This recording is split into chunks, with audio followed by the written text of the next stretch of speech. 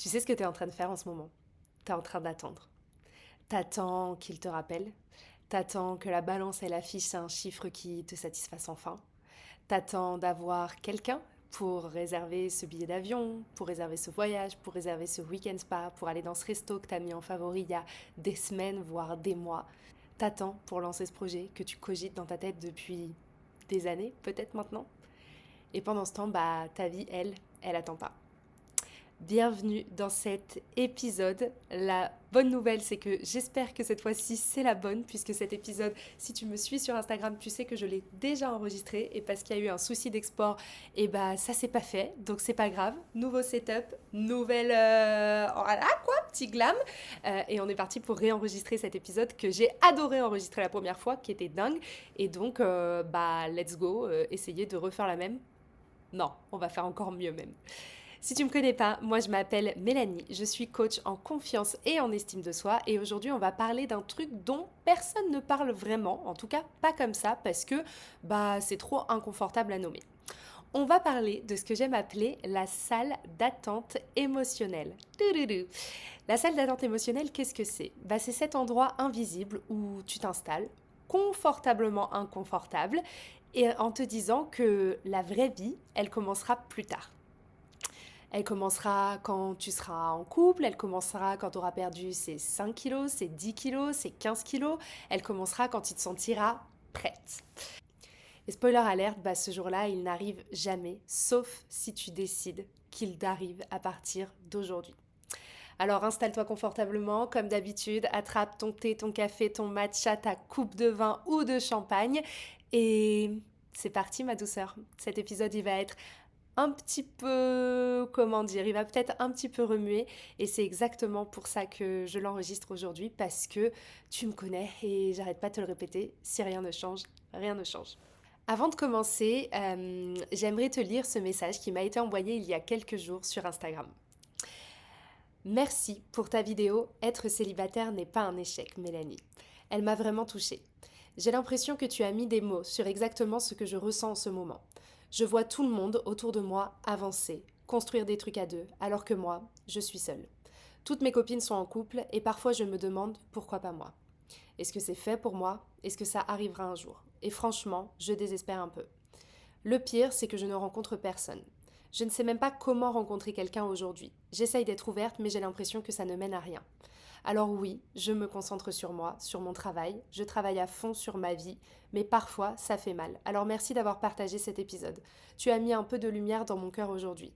Ma douce Marina. Alors déjà, merci beaucoup pour ton message.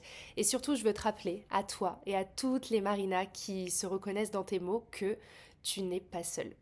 Je sais à quel point il peut être frustrant, triste, énervant même, de faire tout ce qu'il faut et de ne pas obtenir le résultat et pire, de continuer d'entendre les mêmes phrases bateau de ça arrivera quand tu t'y attendras le moins. Oui, c'est la voix que j'imagine quand vous répétez cette phrase, ok?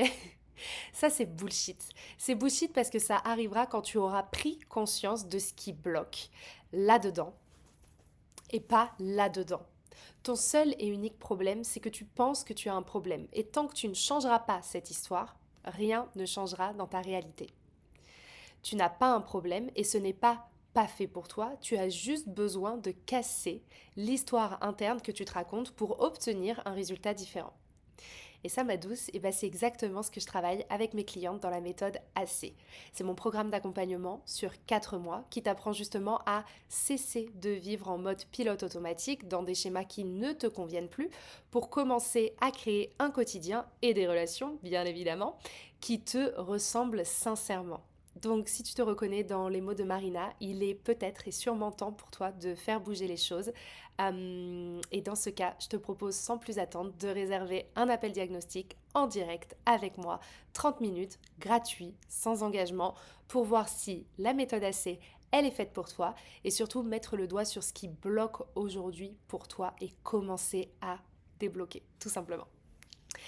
Maintenant que ça c'est dit, je tenais également à vous remercier d'être de plus en plus nombreuses chaque semaine à écouter le podcast. Merci de vous abonner, merci de liker, merci de commenter et surtout merci de partager autour de vous pour m'aider à faire grandir mon bébé et à diffuser à toutes les femmes autour de vous qu'elles sont assez et parfaites telles qu'elles sont aujourd'hui. On va pouvoir entrer dans le vif du sujet. C'est parti. C'était une très grosse erreur de me mettre dans un siège qui tourne. Je vais essayer de pas trop bouger pour pas vous donner le tournis. Acte 1 de cet épisode, le diagnostic. Bienvenue dans ce que j'appelle la salle d'attente émotionnelle. Je vais te décrire une scène. T'as 28 ans, 32 ans, 35 ans, peu importe. T'as un boulot qui paie bien, t'as un appart sympa, t'as des amis que t'adores. Sur le papier, ta vie, elle est exactement ce que la petite fille de 12 ou 15 ans, elle aurait voulu que ce soit. T'as les moyens, t'as le temps, enfin presque, t'as la liberté, et pourtant, il y a ce voyage au Japon que tu planifies mentalement depuis à peu près 3 ans. Il y a cette formation en ligne que t'as achetée et que t'as jamais ouverte. Il y a ce restaurant un peu haut de gamme, étoilé, tu vois, qui te fait de l'œil, t'as envie d'y aller, mais c'est bizarre d'y aller toute seule, non? Et t'as ce projet aussi, t'as ce projet d'entrepreneuriat, ce projet créatif qui vit dans un énième carnier super cute, hein, mais que t'ouvres pas. Il est là dans un coin quelque part de ton appart. Et tout ça, là, toutes ces jolies choses, ça reste en attente. Dans une salle d'attente. Dans ta salle d'attente à toi. Et qu'est-ce que c'est exactement que la salle d'attente émotionnelle? C'est ça. C'est l'espace mental, et donc souvent physique, puisque l'un ne va pas sans l'autre, où tu remises ta vie en attendant qu'une condition externe soit remplie pour pouvoir la vivre. Et la condition, c'est souvent quelqu'un. Un partenaire, une amie qui est dispo et qui a les mêmes envies que toi, et les mêmes moyens aussi, soyons honnêtes. Parfois c'est un chiffre sur la balance, un chiffre sur ton compte en banque. Même si tu as de quoi pouvoir vivre comme tu l'entends aujourd'hui, c'est jamais assez. On veut toujours atteindre le palier d'après. Parfois c'est une validation extérieure aussi. Parfois c'est juste le bon moment, qui mystérieusement ne vient jamais, le saligo. Et ce qui est fascinant, et un petit peu cruel aussi à la fois, dans cette salle d'attente, c'est que elle est plutôt confortable. Elle semble raisonnable.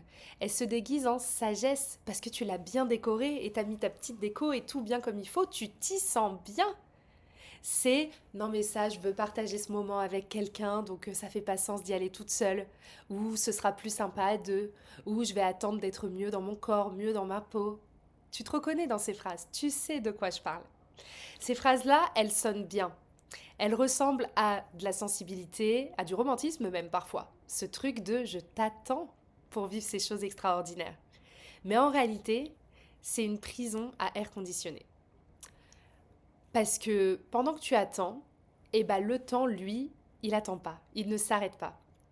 Et je vais te dire quelque chose que tu sais déjà, au fond de toi, parce qu'il n'y a pas besoin d'être Einstein pour le deviner, mais tes 35 ans ne ressembleront pas à tes 28. Tes 42 ans ne ressembleront pas à tes 35 ans. Tes 58 ans ne ressembleront pas à tes 42 ans, et etc. Chaque période de ta vie a une saveur, a une énergie, une légèreté qui lui est propre. Et si tu passes cette période dans la salle, dans une salle d'attente, tu ne peux pas la récupérer après. Parce que tu seras jamais aussi jeune, aussi belle, aussi en forme, aussi énergique que tu l'es aujourd'hui. Period. Donc maintenant, la vraie question, c'est pourquoi?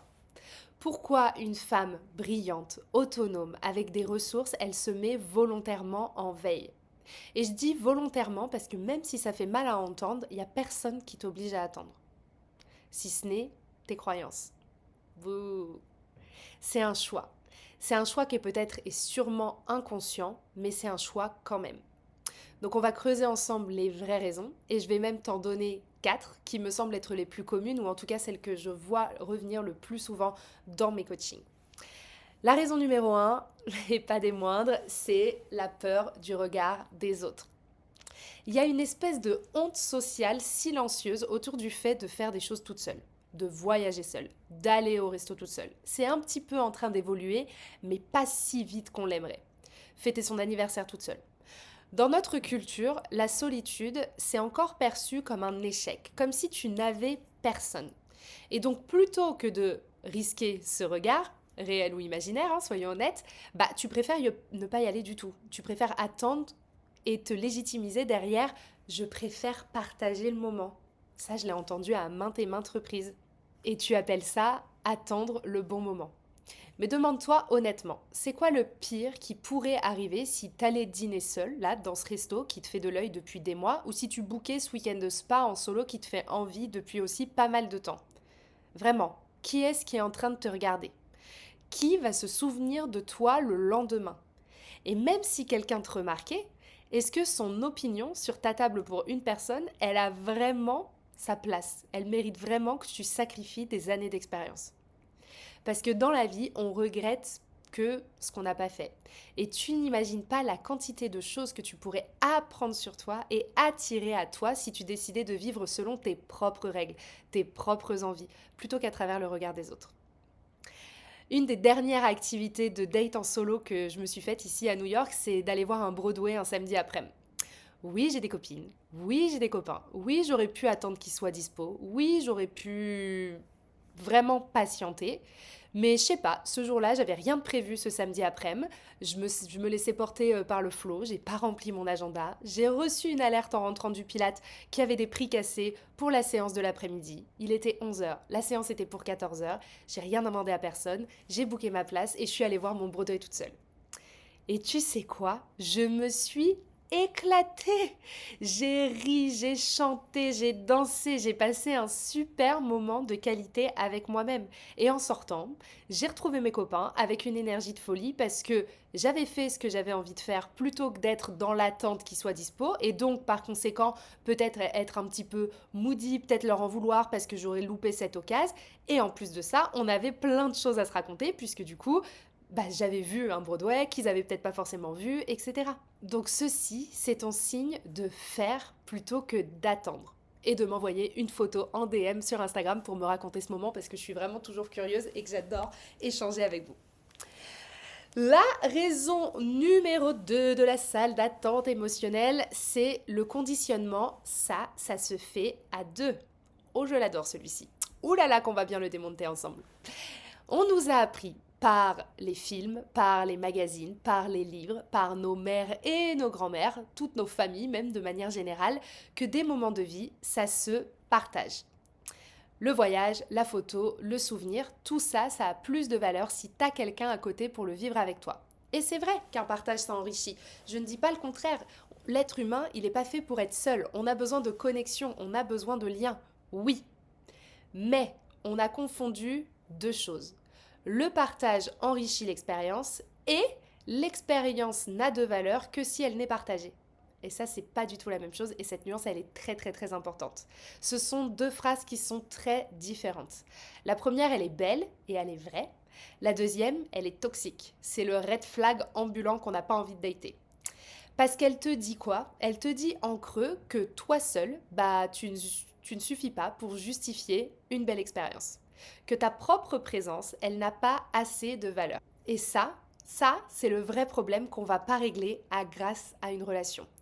Car si tu réfléchis 2 minutes, est-ce que tu serais attiré par quelqu'un qui remet tous ses espoirs de vie sur toi? C'est-à-dire qu'il est en attente permanente de démarrer sa vie quand tu arriveras.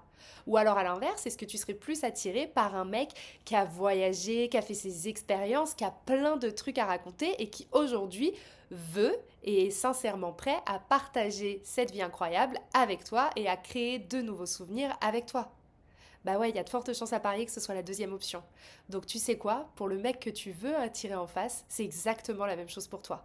Parce que, rappelle-toi, une relation, c'est la cerise sur le couscous. C'est pas le couscous en entier. La raison numéro 3 de la salle d'attente émotionnelle, c'est que l'attente, bah, c'est une zone de confort. Voilà celle dont on parle le moins parce que ça fâche un petit peu, mais je pense que c'est l'une des plus importantes. C'est que l'attente, elle te protège. Tant que tu attends, tu ne peux pas échouer. Tant que tu n'as pas lancé ce projet, il reste parfait dans ta tête. C'est la parfaite porte de sortie. Tant que tu n'as pas voyagé seul, tu n'as pas été confronté à ce que tu ressentirais vraiment en étant face à toi-même, sans distraction. Tant que tu n'as pas été dans cette relation pour voir ce que ça pouvait donner, tu t'es pas fait mal au cœur. Tu n'as pas été blessé. t'as pas été rejeté une fois de plus, si c'est ça que tu crois. L'attente, c'est une forme de procrastination émotionnelle. C'est reporté non pas parce qu'une condition externe n'est pas remplie, mais parce qu'une partie de toi a peur de ce que tu découvrirais si tu vivais vraiment. Et donc parfois, le attendre quelqu'un pour voyager, c'est une façon élégante de dire j'ai peur d'être seule avec moi-même pendant 2 semaines. Et cette peur-là, ma douceur, il n'y a aucun partenaire qui peut la résoudre à ta place. C'est toi avec toi-même, ça a toujours été toi avec toi-même d'ailleurs, et c'est toujours à propos de toi. Donc quand ça bloque, c'est à propos de toi. Donc qu'est-ce que tu as à perdre à creuser cette peur et écouter ce qu'elle a à te dire et peut-être la rassurer, parce qu'elle a juste besoin de ça. La raison numéro 4 de la salle d'attente émotionnelle que je vois le plus revenir dans mes coachings, c'est le corps comme condition. Oh là là.